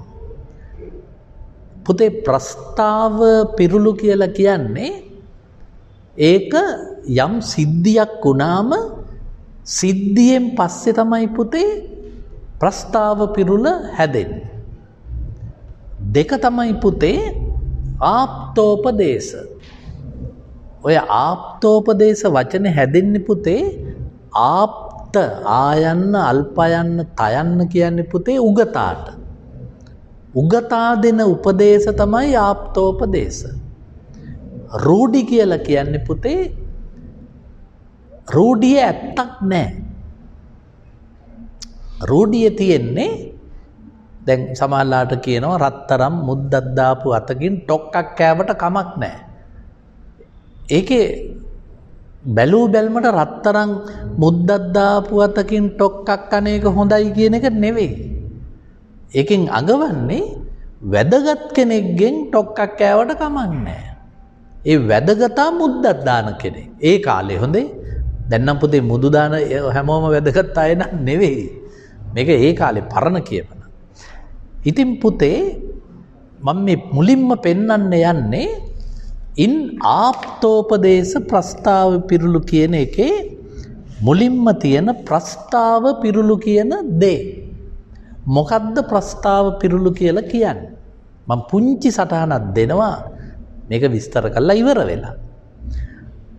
ප්‍රස්තාව කියන්නේ පුතේ අවස්ථාව. පිරුළ කියලා කියන්නේ පිරුළ ඊට පස්සේ තමයි හැදෙන්නේ. දැන් පුතාලා අහලා ඇති නේද? ඇවිද්ද පය දහස් වටි. එහෙම වචනයක් අහලා ඇති. ඔය නිකන් ගමනුත් කියනවා යන ගමන් සිරිපාදේ නගින ගමන් හරි පාර දිගේ යනකොට ඕක කියවෙනවා. දැන් පුතාලා දන්නේ ඔච්චරනේ. ඔන්න ප්‍රස්තාව මං කියලා දෙන්නයි යන්නේ. අඩහ කෑම දහස් වටි නිදි මැරුවා දහස් වටි. ඇවිද්ද පය දහස් වටි ඉවසු බලේ දහස් වටි. දැන් පුතාලා ඔය කවිය අහලා නැහැනේ පුතේ ඔය ප්‍රස්තාව. ඔයාලා අහන්නේගේ පිරුළ විතරයි. මොකද්ද? ඇවිද්ද පය දහස් වටි. පුතේ ප්‍රස්තාව පිරුළ කියලා කියන්නේ දැන් පාරේ මිනිස්සු යනවනේ පුතේ කිසිම වැඩකට නැතුව රස්තිය අදුකාරයෝ. ඉතින් රස්තිය අදුකාරයා හේතුවක් නැතුව ඇවිදිනවා. දැන් එයාගේ කකුල 1000ක් වටිනවද? නෑ වටින්නේ නෑ. ඒකට හේතුව පුතේ අපිට ප්‍රස්තාව මතක නෑ. ඔන්න මන් දැන් කියලා දෙනවා ප්‍රස්තාව. එක රජෙක් හිටියා. ඔය රජාට පුතේ බිසවකුත් හිටියා. දවසක් මේ රජ්ජුරුවෝ මේ පුරුද්දක් තිබ්බ පුතේ නිදාගත්තොත් ඇහැරෙන්නේ නැහැ. ඉතින්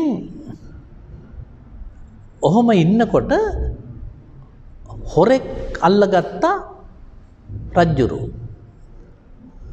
හොරා අල්ලගත්තේ රාජපුරුෂෝ කිව්වා මේක කවියක් දන්නවා මහරජතුමනි ඌ 4000ක් ඉල්ලනවා අපෙන්.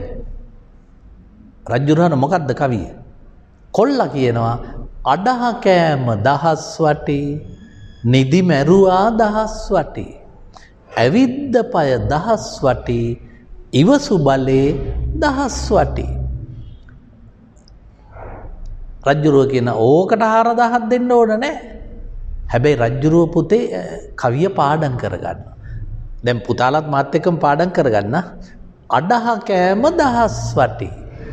පුතේ අඩහ කියන්නේ බාගෙට. පොල් ගෙඩියේ බාගේ තමයි අඩහ.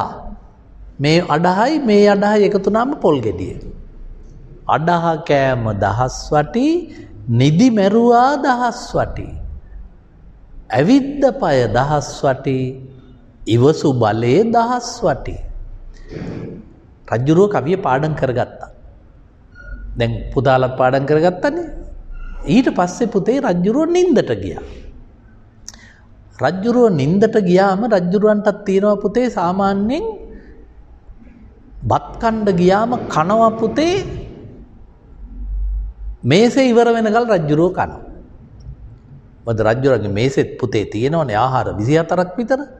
ඒවා දාලා කනවා.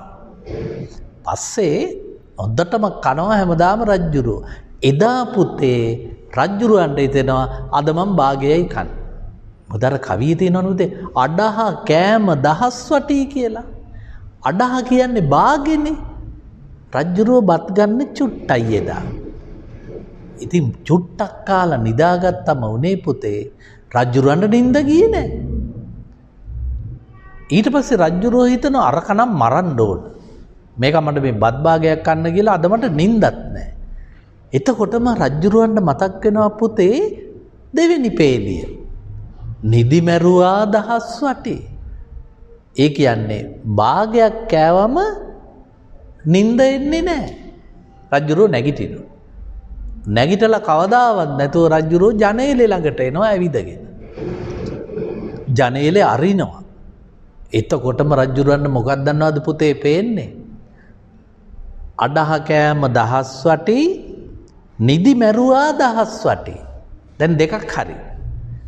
ඊට පස්සේ ඇවිද්ද පය දහස් වටි රජ්ජුරුව ඇඳ ළඟ ඉඳන් ජනේලේ ළඟට ඇවිදිනවා. දැන් තුනක් හරි. එතකොටම පේනවා පුතේ ජනේලේ ඇරියාම රජතුමාගේ අගබිසව මහ ඇමති එක්ක කැලේට යනවා. රජ්ජුරුවන්ට කේන්ති ගිහිල්ලා පුතේ කඩුව අරගෙන දුවගෙන යන මුන් දෙන්න මරන්න. පඩිපේලිය බහිනකොට රජ්ජුරුවන්ට මතක් වෙනවා ඉවසු බලේ දහස් වටි. රජ්ජුරුව ආපහු මාලිගාවේ උඩට ඇවිල්ලා කියනවා මං ඕකිව මරන්නේ නැහැ. මුන් මරලා හදන්න බෑ. රජ්ජුරුව පසුදා උදෑසන රජකම අත්හැරලා රජ්ජුරුව වනාන්තරයට ගිහිල්ලා තවුස්දම් රකිනවා. දැන් පුතාලා ඔය කතන්දරේ අදනේ ඇහුවේ. පුතාලා දන්නේ කෑල්ලයි. මොකද්ද? ඇවිද්ද පය දහස් වටි. ප්‍රස්ත පිරුලෙන් ඉතුරු වෙන්නේ පුතේ කෑල්ලයි. ඒ මුළු සිද්ධියම පුතේ කතන්දරයක්. දැන් කටපාඩම් කරගන්න ප්‍රස්තා පිරුල මෙන්න ප්‍රස්තාව. කොල්ලෙක් කවියක් පාඩම් කරගත්තා. කොල්ල රජ්ජුරුවන්ට ඇවිල්ලා කවිය පෙන්නලා 4000ක් ඉල්ලුවා. රජ්ජුරුව කොල්ලා බන්ධනාගාරගත කළා. හැබැයි රජ්ජුරුව එදා රෑ ටිකයි කෑවේ. අඩහ කෑම දහස් වටි. නිදි මැරුවා දහස් වටි. රජ්ජුරුවන්ට නිින්ද ගියේ නෑ. ඇවිද්ද පය දහස් වටි රජ්ජුරුව ජනේලේ ළඟට ගියා. ඉවසු බලේ දහස් වටි. රජ්ජුරුව බිසව මැරුවේ නෑ. රජ්ජුරුව සංසාරෙම අත්හැරලා වනගත වෙලා තවුස්දම් රැක්කා. ඒ කියන්නේ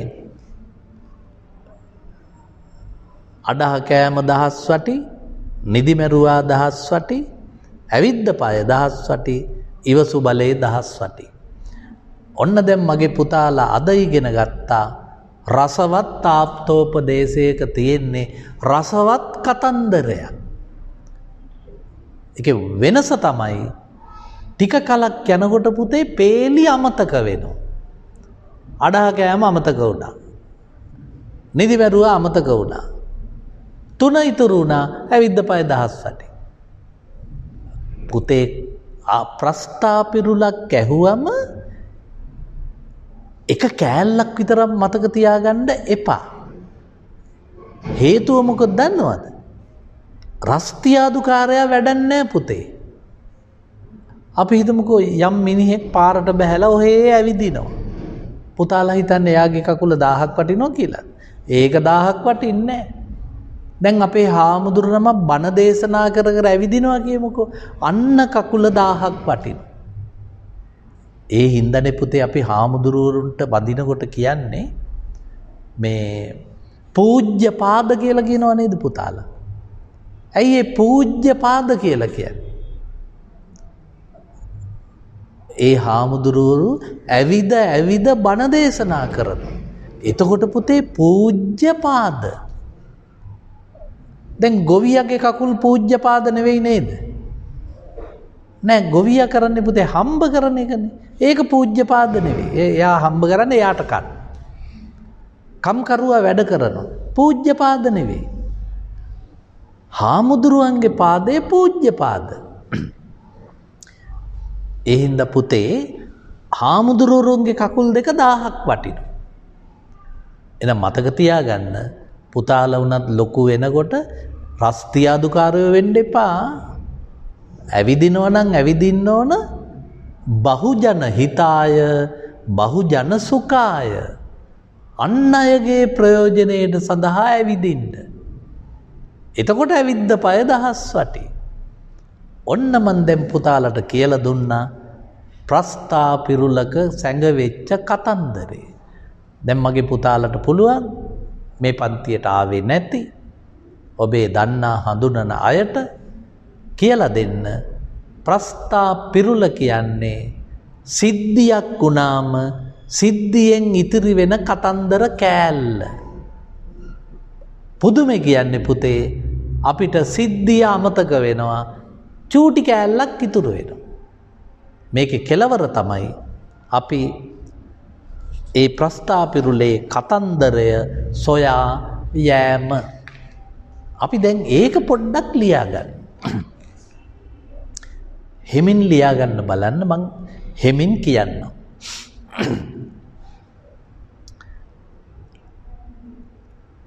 කිසියම් කතාවක්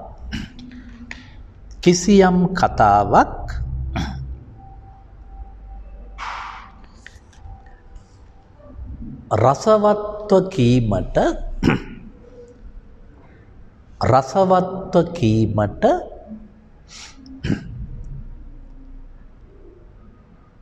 ඊට ප්‍රස්තාව පිරුළු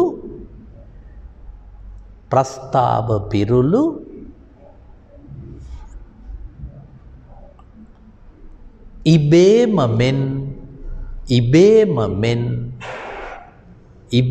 මෙන් කියවේ. ඉබේම මෙන් කියවේ.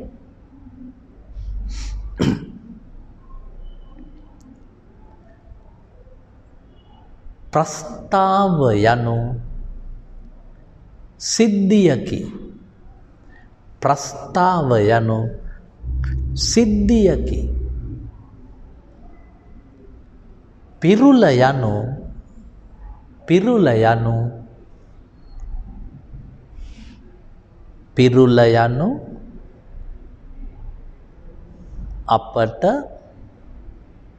අපට ඉතිරිවන දෙයයි.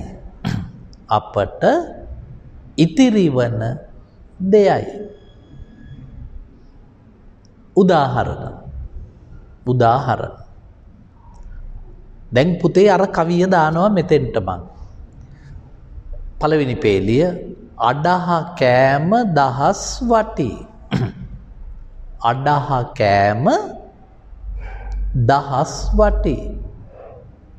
අඩහ කෑම දහස් වටි. දෙක. නිදි මැරුවා දහස් වටි. නිදි මැරුවා දහස් වටි. නිදි මැරුවා දහස් වටි. ඇවිද්ද පය දහස් වටි. ඇවිද්ද පය දහස් වටි. ඇවිද්ද පය දහස් වටි. ඇවිද්ද පය දහස් වටි. ඉවසු බලේ දහස් වටි. ඉවසු බලේ දහස් වටි.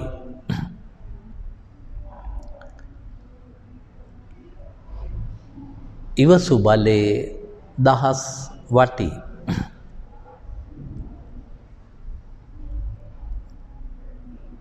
එක ළමයෙක්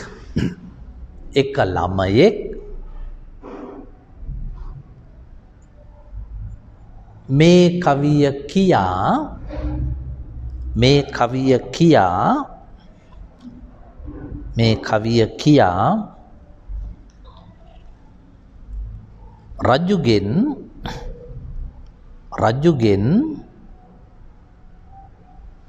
රජුගෙන්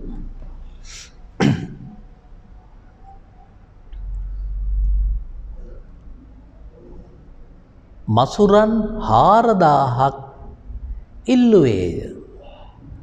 මසුරන් 4000ක් ඉල්ලුවේය.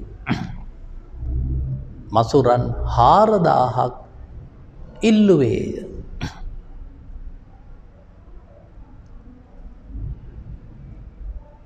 රජු ඔහු හිර කළේය. රජු ඔහු හිර කළේය. රජු ඔහු හිර කළේය.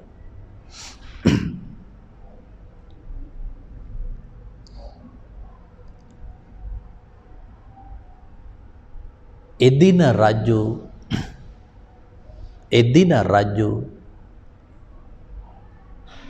ආහාර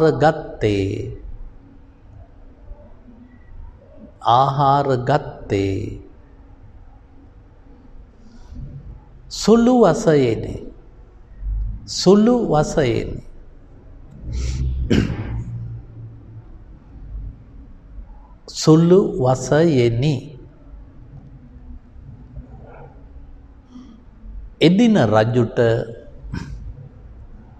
එදින රජුට නින්ද නොගියේය. එදින රජුට නින්ද නොගියේය.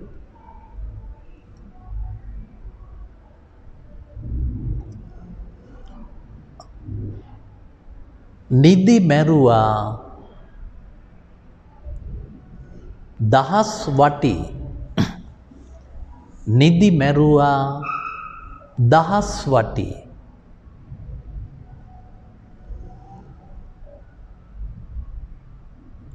රජුට වැටහිනි.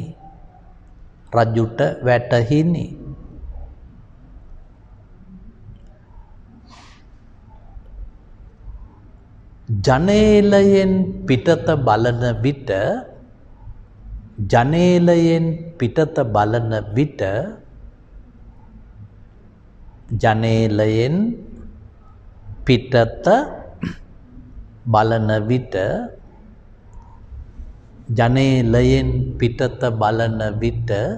අගබිසව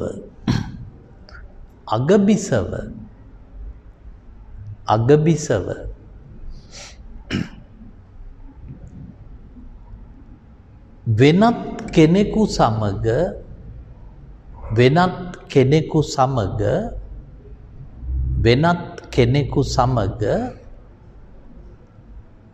යන බව දුටුවේය. වෙනත් කෙනෙකු සමග යන බව දුටුවේය. කෝප නොවී රජු කෝප නොවී ඉවසුවේය. රජු කෝප නොවී ඉවසුවේය.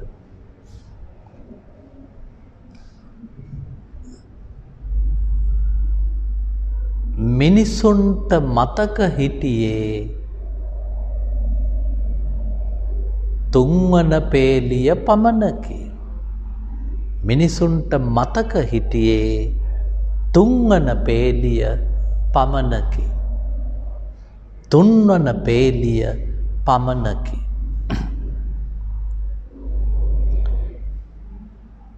ඒ නිසා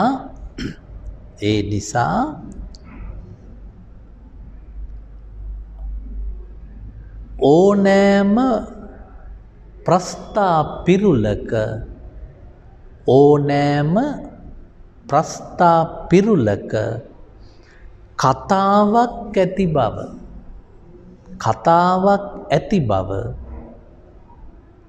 කතාවක් ඇති බව සිහි තබා ගත යුතුය. කතාවක් ඇති බව සිහි තබා ගත යුතුය. කතාවක් ඇති බව සිහි තබා ගත යුතුය.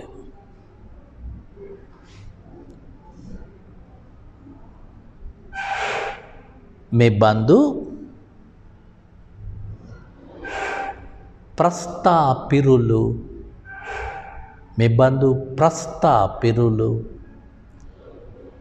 රාසියක්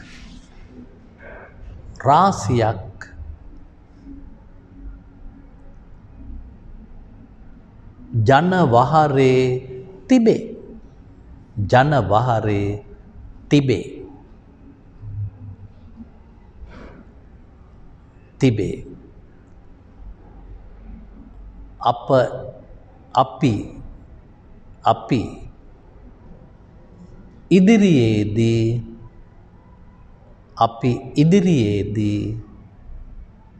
අපි ඉදිරියේදී ඒවා ඉගෙන ගනිමු. අපි ඉදිරියේදී ඒවා ඉගෙන ගනිමු. හරි.